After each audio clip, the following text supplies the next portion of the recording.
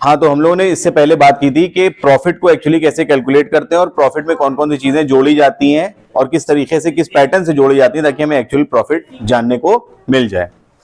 आज हम लोग आगे बात करते हैं ऑपरेटिंग एक्टिविटीज के बारे में, क्योंकि हमने इससे पहले बताया था 3 तरह की एक्टिविटीज है, ऑपरेटिंग, इन्वेस्टिंग और फाइनेंसिंग। बहुत इंपॉर्टेंट है ऑपरेटिंग एक्टिविटीज समझना, इसीलिए मैंने यहाँ पे एक चीज लिख दी है, अभी मैं इसको समझाता हूँ क्या है।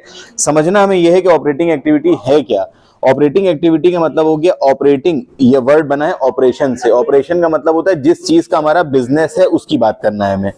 तो अगर मान लो हम यहाँ पे एग्जांपल लेते हैं एक फर्नीचर स्टोर की, फर्नीचर स्टोर की बात करें जहां पे फर्नीचर बनाया भी जाता है, सोफे और कुर्सियां वगैरह बनाई भी जाती हैं, हम उस दुकान की बात करने जा रहे हैं ताकि हम इसको थोड़ा सा आसानी से समझ सकें। हमारा मेन काम क्या है? फर्नीचर को बनाना, फर्नीचर को सेल करके प्रॉफिट कमाना। फर्नीचर को बनाने के लिए जो भी चीजें जरूरी है वो क्या है? पहले तो कीलें, जो भी उसके रॉ मटेरियल है, कील हो गई, लकड़ी हो गई, प्लाई हो गया, प्लाई हो गई आपकी, फेविकॉल हो गया, कारपेंटर हो गया, आरी हो गई, ये सारी चीजें आपको जरूरी हैं। इसके अलावा और बहुत सारी चीजें होती हैं जो एक बिजनेस में बहुत सारे खर्चे होते हैं। जैसे मान ली हमारा एक जो जहाँ पे हम काम करते हैं ना, फैक्ट्री इसको कह सकते हैं छोटी मोटी, वहां पे गर्मी के लिए हम लोग कुछ इंतजाम कर सकते हैं, कूलर और एसी का इंतजाम कर सकते हैं बैठने के लिए ताकि गर्मी ना लगे। और भी बहुत सारी चीजों की, चाय आती रहती है बीच बीच में, बहुत तरह के लॉसेज हो जाते हैं, बहुत तरह की चीजें होती हैं, बहुत तरह के खर्चे होते हैं बिजनेस में। लेकिन वो खर्चे 2 तरह से डिवाइड किए जाते हैं सारे एक्सपेंसेस, ऑपरेटिंग और नॉन ऑपरेटिंग। तो ऑपरेटिंग वो खर्चे होते हैं जो अगर ना किए जाए तो बिजनेस होएगा ही नहीं। उस पर्टिकुलर बिजनेस में अगर वो खर्चे ना हो तो कभी वो बिजनेस हो ही नहीं सकता। और नॉन ऑपरेटिंग खर्चे वो होते हैं जो ऑब्वियसली जरूरी तो हैं, अगर ये ना हो तब भी बिजनेस में कहीं ना कहीं प्रॉब्लम आएगी, लेकिन अगर ये ना भी हो तब भी काम चलता रहेगा। मतलब अगर एसी ना भी हो फैक्ट्री में तो क्या इस काम, फर्नीचर बनना नहीं बंद हो सकता। या मान लो फॉर एग्जांपल गुडविल आपकी खत्म हो रही है, उससे काम से कोई फर्क नहीं पड़ रहा है और गुडविल के रिटर्न ऑफ होने से, या प्रिलिमिनरी एक्सपेंसेस हो गए, या बहुत तरह के और भी दीगर खर्चे होते हैं जो ना हो तो भी काम चलता रहता है। मान लो जैसे एक कोचिंग इंस्टीट्यूट की बात करेंगे, स्कूल की बात करें, वहां पे टीचर ना हो, मेज कुर्सी ना हो, पंखा ना हो, लाइट ना हो, तो these are the basic things. इसके अलावा पेड़ भी लगा सकते हो, तुम पेड़ लगा लो, यहाँ पे थोड़ा सा वॉलपेपर वगैरह लगा लो, यहाँ पे ये बोर्ड हटा के थोड़ा वो स्मार्ट बोर्ड लगा लो। ये सब चीजें वो हैं कि जो अगर ना भी होती, वॉलपेपर ना होता तो अभी नहीं है वॉलपेपर, तो क्या पढ़ाई रुकी हुई है? नहीं, टॉप कर रहे हैं बच्चे, अच्छे नंबर आ रहे हैं, कोई दिक्कत नहीं है ना। स्मार्ट बोर्ड नहीं है, नॉर्मल बोर्ड है, व्हाइट बोर्ड है, तो क्या पढ़ाई रुक गई? नहीं, स्मार्ट बोर्ड है तो थोड़ा सा आसानी और हो जाती है, हमें लिखने में बार बार ढक्कन ना बंद करना पड़ता, मिटाना ना पड़ता और आसानी हो जाती। लेकिन ऐसा नहीं स्मार्ट बोर्ड ना होने से पढ़ाई रुक जाएगी। या यहाँ पे पेड़ लगा दें, थोड़ा खूबसूरत तो लगने लगेगा, वीडियो में आएगा बड़ा खूबसूरत सा लगेगा, ये यहाँ पर सेट आने वीडियो में आ रहा है तो अच्छा तो लगेगा, लेकिन इसके होने से पढ़ाई पे कोई फर्क नहीं पड़ रहा है। मेरी बात समझ में आ रही है? कोचिंग के दरवाजे थोड़े से हम बदल दें, इसका थोड़ा सा और आउटलुक बदल दें, इससे फर्क कोई नहीं पड़ेगा पढ़ाई पे, लेकिन हाँ अच्छा लगेगा। वो सारे खर्चे हो गए ऑपरेटिंग, टीचर की कॉस्ट, मेज कुर्सी की कॉस्ट, बिजली का बिल, ये सब जितने इलेक्ट्रिक इक्विपमेंट्स हैं यहाँ पे ये होना, ये सब चीजें जरूरी हैं पढ़ाने के लिए। ये नहीं होंगी तो ऑब्वियसली पढ़ाई नहीं हो सकती। तो ये हो गया operating expenses. Hope I am hoping ये सारी बातें क्लियर हो गई होंगी ना। हम इस फर्नीचर स्टोर की बात करते हैं और हम देखते हैं कि हमें प्रॉफिट हुआ 1 लाख रुपए का। 1 लाख रुपए हमने कमाए, इसमें हमने डेप्रिशिएशन लगा दिया, बहुत सारी चीजें डेप्रिशिएट हुई, 2000 रुपए की प्रीमियम एक्सपेंसेस हमें 5000 रुपए के हो गए, फिर गुडविल रिटर्न ऑफ 3000 की हो गई। हमने कुछ फिक्स एसेट्स अपने बेचे थे बिजनेस के, उसमें बेचने में 20000 रुपए का लॉस हो गया। साथ ही वुड परचेज करी, कारपेंटर को हमने पैसा दिया, कुल मिला के में 10,000 रुपए ये बचे। उसके बाद हमने कुछ फर्नीचर जो बनाया था उसको बेच दिया और स्क्रैप भी बेच दिया। तो ये सारी हमें कमाई होने के बाद आखिरी में जो हमारे पास बचे दैट इज 40,000। लेकिन इसमें कुछ ऐसे खर्चे हैं जो नॉन ऑपरेटिंग नेचर के हैं, जैसे ये खर्चे जो हैं, ये 3 खर्चे 2000, 5000, 3000 और 20000, मतलब डेप्रिसिएशन बिजनेस का मेन एलिमेंट नहीं है। डेप्रिसिएशन कोई ये खुशी खुशी नहीं कहता और मेरे फर्नीचर को डेप्रिशिएट कर लो, यही बिजनेस है मेरा, ऐसा कोई कहता है? नहीं। प्रीमियम एक्सपेंसेस हम खुशी खुशी काट लो, यही काम है, ये कोई काम थोड़ी ना है, कट गया, गुडविल रिटर्न ऑफ हो गई, या फिक्स एसेट बेचा और खुश हो गए, लॉस पे बेचेंगे हम, तो यही काम है मेरा, ऐसा कोई करता है? नहीं। तो ये वो चीजें हैं जो हमारे बिजनेस की नॉन ऑपरेटिंग नेचर के खर्चे हैं, लेकिन ये ऑपरेशनल खर्चे हैं कि जो बिजनेस के लिए जरूरी है, क्योंकि हमारा फर्नीचर का काम है। ध्यान रखिएगा, अगर हमारा फर्नीचर का काम ना होता, हमारा शेयर ब्रोकिंग की कंपनी होती, तो यहां पे ये जो दो खर्चे आ गए ना, ये भी नॉन ऑपरेटिंग हो जाते अगर शेयर ब्रोकिंग की कंपनी होती तो। लेकिन क्योंकि ये शेयर ब्रोकिंग की कंपनी फर्नीचर की है, तो लकड़ी इसका रॉ मटेरियल है, इसलिए क्या हो गई? ऑपरेटिंग। जैसा नेचर होगा बिजनेस का, वैसी ऑपरेटिंग कॉस्ट होगी। एक जो आइटम ऑपरेटिंग कॉस्ट में आता है किसी एक बिजनेस में, जरूरी नहीं दूसरे के लिए वो ऑपरेटिंग कॉस्ट हो जाए। एम आई क्लियर और नॉट? अगर एक आदमी का प्रिंटिंग प्रेस है, प्रिंटिंग प्रेस, उसको लकड़ी के शायद कोई काम वाम नहीं होगा। प्रिंटिंग प्रेस में इंक मेन है, उसके कागज मेन है, मशीन्स मेन है, वो उसकी जो प्रिंटिंग प्रेस की जो बाकी चीजें वो मेन है। ये वहां पे जाके क्या हो जाएगा? Non operating. मैंने जैसे एग्जांपल दिया, शेयर ब्रोकर्स के लिए ये वुड परचेज और कारपेंटर क्या हो गया? Non operating. फर्नीचर वाले के लिए क्या हो गया? ये ऑपरेटिंग। एम आई क्लियर और नॉट? फिर उसके बाद आता है हमारे पास दो तरह की यहां पे इनकम है, जो हमें फर्नीचर से पैसा आया वो, और स्क्रैप मतलब वो जो कबाड़ वबाड़ बिकता है ना, वो खराब हो जाता है उसके। तो ये हमारे बिजनेस की ऑपरेटिंग इनकम नहीं है, ये काम नहीं है मेरा। भाई कोचिंग में, एक स्कूल में, एक इंस्टीट्यूशन में, एक यूनिवर्सिटी की मेन सोर्स ऑफ इनकम क्या है? पैसा कहां से आता है? बच्चों की फीस से आता है, डोनेशन से आता है, बस वही है ना। उसके बाद बहुत सारी रद्दी निकलती है स्कूल में, मेज कुर्सी टूट जाती, पुरानी हो जाती, कबाड़ बन जाता है, उसको तोड़ दिया जाता है, बेच दिया जाता है। इसी तरह से घास निकलती, बहुत सारी घास को भी बेच डाला जाता है। मान लो पेड़ लगे बहुत सारे, तो उस पेड़ से कुछ हुआ तो बेच डाला। स्कूल के बाहर मान लो एक पूरी मार्केट बनी है, उस मार्केट से कमाई हो रही है स्कूल की। क्या स्कूल की तो इनकम है वो, लेकिन स्कूल की ऑपरेटिंग इनकम नहीं है। कोई ये नहीं कह सकता स्कूल का काम ही दुकान चलाना है। भाई मान लो ये स्कूल की बाउंड्री है, इसमें लाइन से दुकानें हैं, अंदर स्कूल चल रहा है बहुत बड़ा सा, यहां से बच्चों की फीस और डोनेशन तो आ रहा है, ये तो स्कूल की क्या हो गई? Operating cost. लेकिन ये जो हिस्से में दुकानें चल रही हैं, इसकी जो कमाई है वो भी स्कूल के अंदर ही जा रही है, स्कूल ओनर्स के पास। लेकिन ये स्कूल की ऑपरेटिंग इनकम नहीं है। ऑपरेटिंग इनकम सिर्फ अंदर से जो पैसा आ रहा है या कहीं और से भी आएगा, लेकिन फीस और डोनेशन के फॉर्म में जो आएगा वो स्कूल की ऑपरेशनल इनकम है। बाकी ये जो है तो स्कूल की income, but it is not an operational income. Clear हो गया यहां तक बात? मैं यहां खड़ा पढ़ा रहा हूं इस टाइम आपको, बच्चों की जो फीस है वो मेरी इनकम है, लेकिन इसी वक्त खड़े खड़े थोड़ी देर पहले हमने फोन किया, कहीं पे एक मान लिया हमारी जमीन पड़ी थी बहुत दूर पे, उसको एक खरीदार आ गए, हमारा एक आदमी गया वहां पे और उसने कहा ये इतने रुपए दे रहे हैं। हमने फोन पे कहा ठीक है बेच दो। हम यहाँ पढ़ा रहे हैं, वहां मेरी जमीन बिकी, कमाई हो गई 1 लाख रुपए की। किसकी इनकम है ये? मेरी इनकम है, लेकिन मेरी प्रोफेशनल इनकम नहीं है। एम आई क्लियर और नॉट? पक्की बात समझ में आ गया गजनफर यहां तक तुम्हें?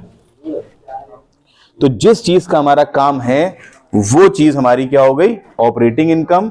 और उसके अलावा जो भी हम कमा रहे हैं वो क्या हो गई? हमारी इनकम तो है लेकिन नॉन ऑपरेटिंग इनकम है। कोई और एग्जांपल देने की जरूरत हो तो बताओ, वरना आगे बढ़े। ठीक है, तो हमने क्या किया कि अब ये सारे खर्चे, ये चारों खर्चे जुड़े हुए, माइनस हुए थे प्रॉफिट में से, और ये वाली income sale of scrap non operating जुड़ी हुई थी। तो हम क्या करेंगे ऑपरेटिंग इनकम को निकालने के लिए? जो प्रॉफिट हमने इसके पहले वाले लेक्चर में जो प्रॉफिट निकाला था, उस प्रॉफिट में वो सारे खर्चे जो नॉन ऑपरेटिंग नेचर के हैं, मिसाल के तौर पे सिर्फ कुछ नाम हम दे सकते हैं। नाम इसलिए दे रहे हैं क्योंकि बुक में भी नाम दे रखे हैं, बाकी मैंने नेचर समझा दिया है कि कोई भी खर्चा, अब मान लो फॉर एग्जाम्पल कोई ब्रोकरेज है, एक वर्ड आता है ब्रोकरेज।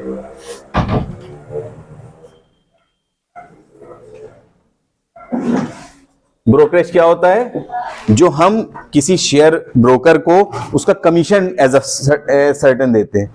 ब्रोकरेज हमने कोचिंग में बैठ के, कोचिंग की इनकम में से हमने शेयर खरीदे और वहां पे ब्रोकरेज दिया हमने, तो ये हमारी कोचिंग की प्रोफेशनल इनकम की क्या हो गई है? Non operating expense. लेकिन अगर हम शेयर ब्रोकर होते तो ये मेरी क्या होती? सॉरी, इनकम होती है क्या? ऑपरेटिंग इनकम होती है। बात मेरी क्लियर हुई या नहीं हुई? पक्का? तो ये तो नेचर मैंने आपको बता दिया। अब कुछ आइटम्स हैं जो बुक में दे रखे हैं, उसके ऊपर गौर कर लेते हैं हम लोग। हम लोगों को करना क्या था? सिंपल सी बात समझ में आ गई कि नेट प्रॉफिट में, क्योंकि नॉन ऑपरेटिंग खर्चे हमारे जुड़े हुए हैं, अगर हम यहां पे कहें इसी एग्जांपल में ऑपरेटिंग इनकम निकालो तो हम क्या करेंगे? Net profit 1,00,000 less would purchased 50,000, carpenter 10,000, इसमें से कितना बच गया? 40,000 रुपए बचा। इसमें हम ऐड करेंगे सेल ऑफ फर्नीचर 20,000, इनकम कितनी बनी? 60,000। ये हमारी क्या हो गई? ये हो गया हमारा ऑपरेटिंग प्रॉफिट, सिर्फ ऑपरेटिंग प्रॉफिट। ये हो गया हमारा करंट प्रॉफिट हो गया, सारे खर्चे माइनस हो गए, लेकिन ये सिर्फ ऑपरेशनल प्रॉफिट है। तो हम लोग क्या करेंगे, जो प्रॉफिट हमने अभी निकाला था, इससे पहले वाले लेक्चर में निकालना सिखाया था, उस प्रॉफिट में सारे नॉन ऑपरेटिंग एक्सपेंसेस को जोड़ देंगे। वजह समझ में आ गई क्यों? क्योंकि वो हमारे बिजनेस के तो पार्ट हैं, लेकिन ऑपरेशनल इनकम के पार्ट नहीं है। तो हमें निकालना यहां पे क्या है? सिर्फ ऑपरेशनल इनकम। हमारा मकसद, ऑब्जेक्टिव क्या है? ऑपरेशनल इनकम निकालना। तो नॉन ऑपरेशनल इनकम को हम क्या करेंगे? जो यहां जुड़ी हुई थी उनको माइनस कर देंगे, और जो नॉन ऑपरेशनल एक्सपेंसेस यहां माइनस हुए हुए थे उनको क्या कर देंगे? हम वापस प्लस कर देंगे। तो जैसे कुछ एग्जाम्पल्स हैं, प्रोफार्मा आपके बुक में भी है। डेप्रिसिएशन, प्रिलिमिनरी एक्सपेंसेस या discount on issue of debenture return of, फिर आता है गुडविल, पेटेंट्स, ट्रेडमार्क्स जो भी हमारे अमोर्टाइज हुए हैं, या इंटरेस्ट कोई भी तरह का जो हमने पे किया बोरोइंग्स पे, शॉर्ट टर्म या लॉन्ग टर्म। इसी तरह से बैंक ओवरड्राफ्ट या कैश क्रेडिट पे जो इंटरेस्ट दिया गया, या फिक्स्ड एसेट्स के सेल पे जो लॉस वगैरह हुआ है, और प्रोविजन फॉर डाउटफुल डेट्स, इसमें जो इंक्रीमेंट हुआ है। इसमें कोई भी ऐसी चीज नहीं है कि जो बिजनेस के लिए जरूरी हो, या बिजनेस इसी की वजह से हो रहा हो कि मतलब डाउटफुल डेट्स हो गए, खुश हो गए, मैं हमारा बिजनेस ही था, पैसे दो उधार और लॉस करा लो, पैसे लेके भाग जाओ मेरे। हम चाहते हैं मेरे पैसे लेके कोई भाग जाए? नहीं ना। तो जब बिजनेस ही नहीं है ये, तो कोई अगर पैसे लेके भाग रहा है, डाउटफुल डेट्स हो रहे हैं, तो खुश होंगे या अफसोस में आएंगे? ऑब्वियसली अफसोस में होंगे ना। फिर उसके बाद जो इनकम्स हमने कहा ना यहाँ पे जुड़ी हुई है, वो नॉन ऑपरेशनल इनकम जो जुड़ी हुई है, उनको क्या करेंगे? हम माइनस कर देंगे। कैसे? इंटरेस्ट इनकम, हम यहाँ पढ़ा रहे हैं, हमने कुछ पैसा बैंक में जमा किया हुआ था, वहां से इंटरेस्ट आ रहा है, मेरी इनकम है, लेकिन कोचिंग की इनकम नहीं है। डिविडेंड इनकम, हमने शेयर में इन्वेस्ट किया था, वहां से डिविडेंड मिला, हमें मिला, कोचिंग को थोड़ा ना मिल रहा है। हाँ, अगर कोचिंग, ये मतलब जो द एजुकेटर्स है, ये सिर्फ मान लो वो होता कि एक शेयर ब्रोकिंग कंपनी होती, वहां उनको डिविडेंड मिल रहा है इन्वेस्टमेंट करके, तो ठीक है, मेरी इनकम है भाई, हमारा काम ही यही था। फिर या रेंट मिल रहा है, हम यहाँ खड़े हुए, वहीं कहीं जमीनें हमारी हैं, घर हैं, वहां से रेंट आ रहा है हमारा, या कोई एसेट बेचा, प्रॉफिट हो गया, गाड़ी बेची, प्रॉफिट हो गया, जेब में तो मेरे आया, खुश तो हम हुए, मुस्कुराएंगे, बच्चे पूछेंगे सर आज बहुत खुश हैं, क्या बात? बस है, ये तुम्हें बताएंगे क्यों। फिर उसके बाद या प्रोविजन फॉर डाउटफुल डेट्स कम हो गए, किसी ने पैसे दे दिए, बहुत बढ़िया आदमी है, पैसे दे दिए, खुश तो है, लेकिन हमारे बिजनेस की ऑपरेटिंग इनकम नहीं है, इसलिए हम इसको माइनस कर देंगे। तो मेरे ख्याल से और भी बहुत सारे आइटम्स आते हैं, सिर्फ इतने ही से नहीं है। मकसद की बात जो थी वो मैंने बता दी, क्या थी कि जो भी हमारे बिजनेस को इफेक्ट कर रहा होगा डायरेक्टली, वो ऑपरेटिंग एक्सपेंसेस है, उसको हम छुएंगे भी नहीं, कुछ नहीं करेंगे। जो नॉन ऑपरेटिंग है वो ऑब्वियसली माइनस हुए होंगे उस प्रॉफिट में से, ऑलरेडी यहाँ प्रॉफिट से माइनस हो रहे होंगे, देखो, तो हम उसको क्या करेंगे? जोड़ देंगे, ठीक है ना, या छुएंगे ही नहीं। यहाँ पे इन नॉन ऑपरेटिंग एक्सपेंसेस को क्या करेंगे? जोड़ देंगे, और जो इनकम्स जुड़ी हुई थी नॉन ऑपरेटिंग, उनको क्या करेंगे? प्लस कर देंगे। तो क्या निकल आएगा हमारा? Operating profit. तो एक तो ये तरीका होता है कि हम सिर्फ उसमें से अलाउड एक्सपेंसेस माइनस करें। दूसरा तरीका क्या है कि नेट प्रॉफिट में हम डेप्रिसिएशन जोड़ दें, प्रिलिमिनरी एक्सपेंसेस जोड़ दें, गुडविल जोड़ दें, लॉस ऑन सेल जोड़ दें, और यहाँ पे प्रॉफिट कौन सा रहेगा? जो नीचे वाला है ना कैलकुलेटेड 40,000, इस 40,000 में डेप्रिसिएशन जोड़ दें, 2,000 प्रीमियम एक्सपेंसेस जोड़ दें, 3,000 की गुडविल जोड़ दें, और जो लॉस ऑन सेल हुआ है 20,000 रुपए का वो जोड़ दें, और इसमें से माइनस कर दें क्या? सेल ऑफ स्क्रैप जो नॉन ऑपरेटिंग है। कितना आएगा? जोड़ो जरा सा।